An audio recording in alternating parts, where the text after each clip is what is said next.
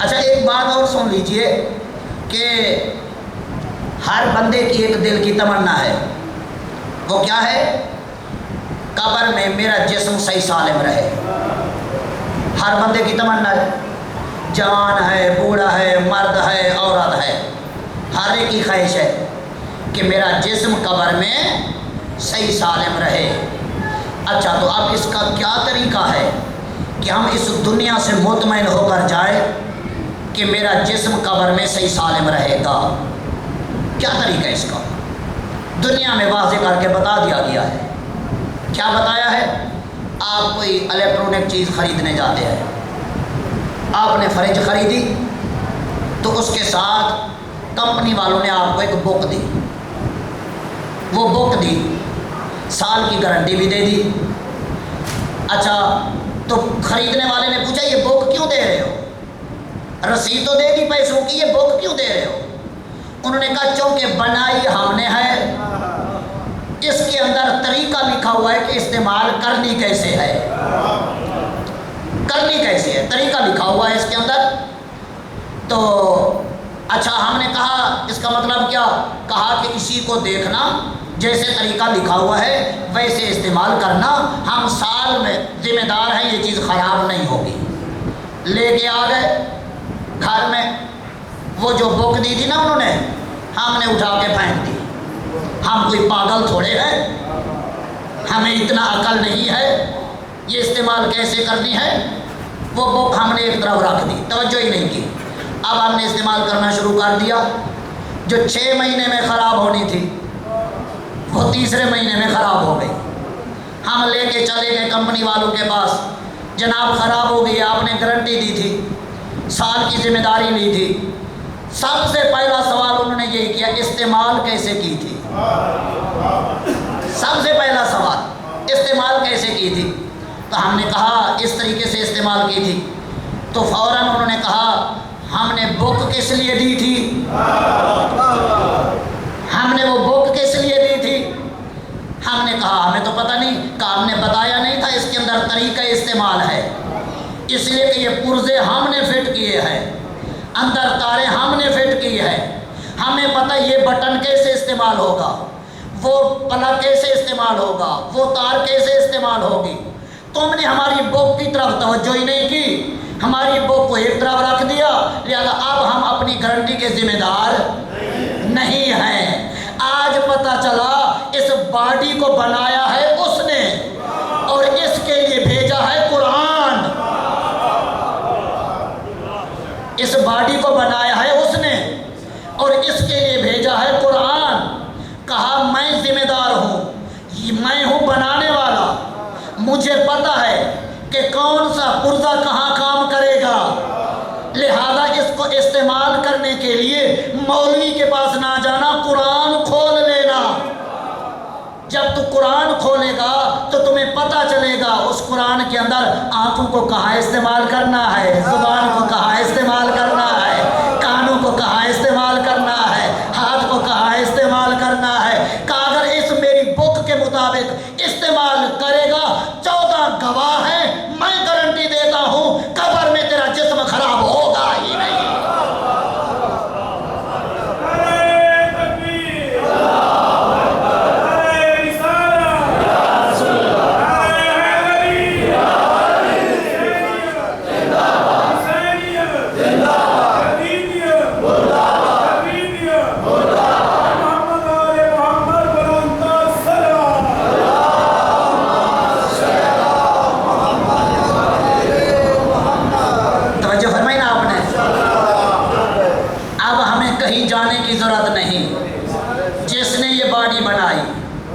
اسی نے گارنٹی دی اور ساتھ اس نے بک دی ہے۔ اب اگر ہم اپنے آپ کو عقل مند سمجھ کے ادھر قرآن کی طرف اس کی بک کی طرف توجہ ہی نہ کریں تو پھر یہی جسم ہوگا جو کیڑوں مکوڑوں کی غذا بنے گا۔ اگر ہم اس کی بک کے مطابق استعمال کریں تو آج بھی پردے غیب میں بیٹھنے والا گواہی دے رہا ہے میں ضامن ہوں، وہ کہہ رہے ہیں میں ضامن ہوں۔ تو اس قرآن کے مطابق استعمال کر، ہم ضامن ہیں تیرا جسم کہیں خراب ہوگا ہی نہیں۔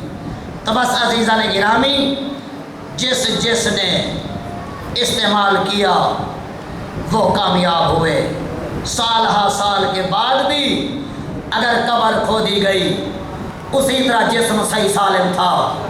تاریخیں بھری پڑی ہیں، شیخ صدوق علیہ رحمہ کی قبر کو کئی سالوں کے بعد کھودا گیا، اسی طرح جسم صحیح سالم تھا۔ حتیٰ شام کے اندر حجر بن عدی صحابی رسول کی قبر کو کھودا گیا تو نیٹ پہ سب نے صحابی رسول کا چہرہ دیکھا اسی طرح محفوظ۔ یہ کیا ہے؟ صرف یہ ہے انہیں خدا کی گارنٹی پر یقین تھا، یقین تھا۔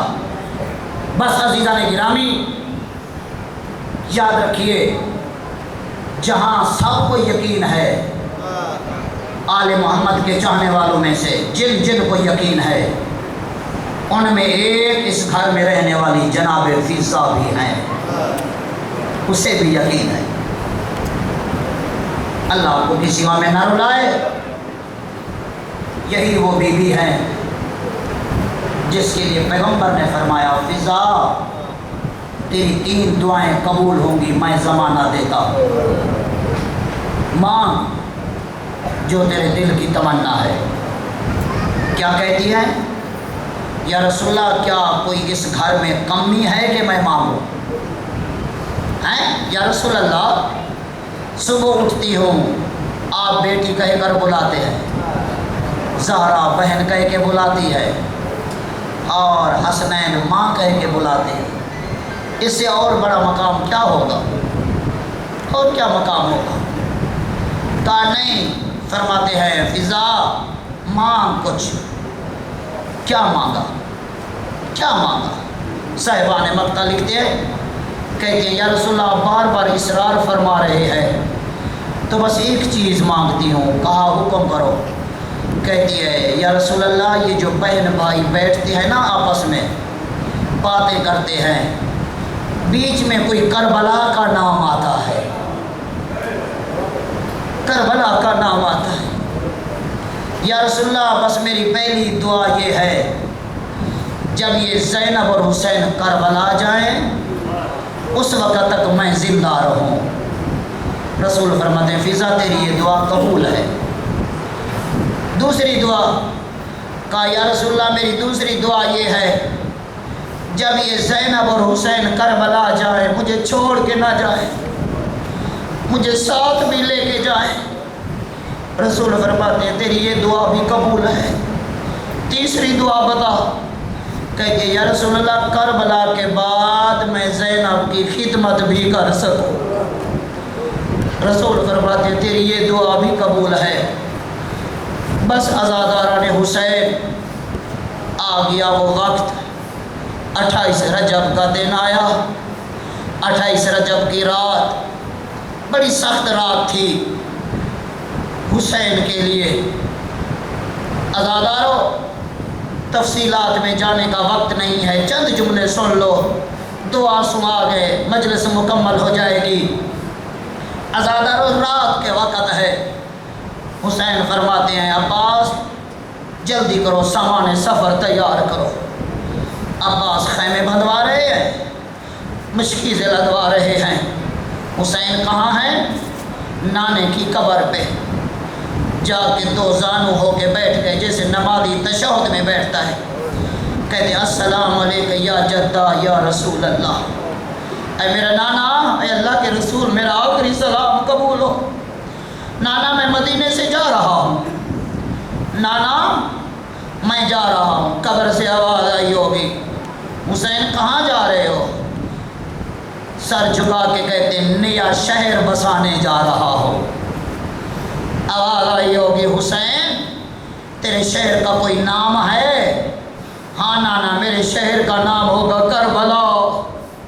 اچھا حسین کربلا ہے، ذرا سوچ کے بسانا۔ نانا 10 دن بساؤں گا پھر ہمیشہ کے لیے آباد ہو جائے گا، 10 دن بساؤں گا ہمیشہ کے لیے آباد ہو جائے گا۔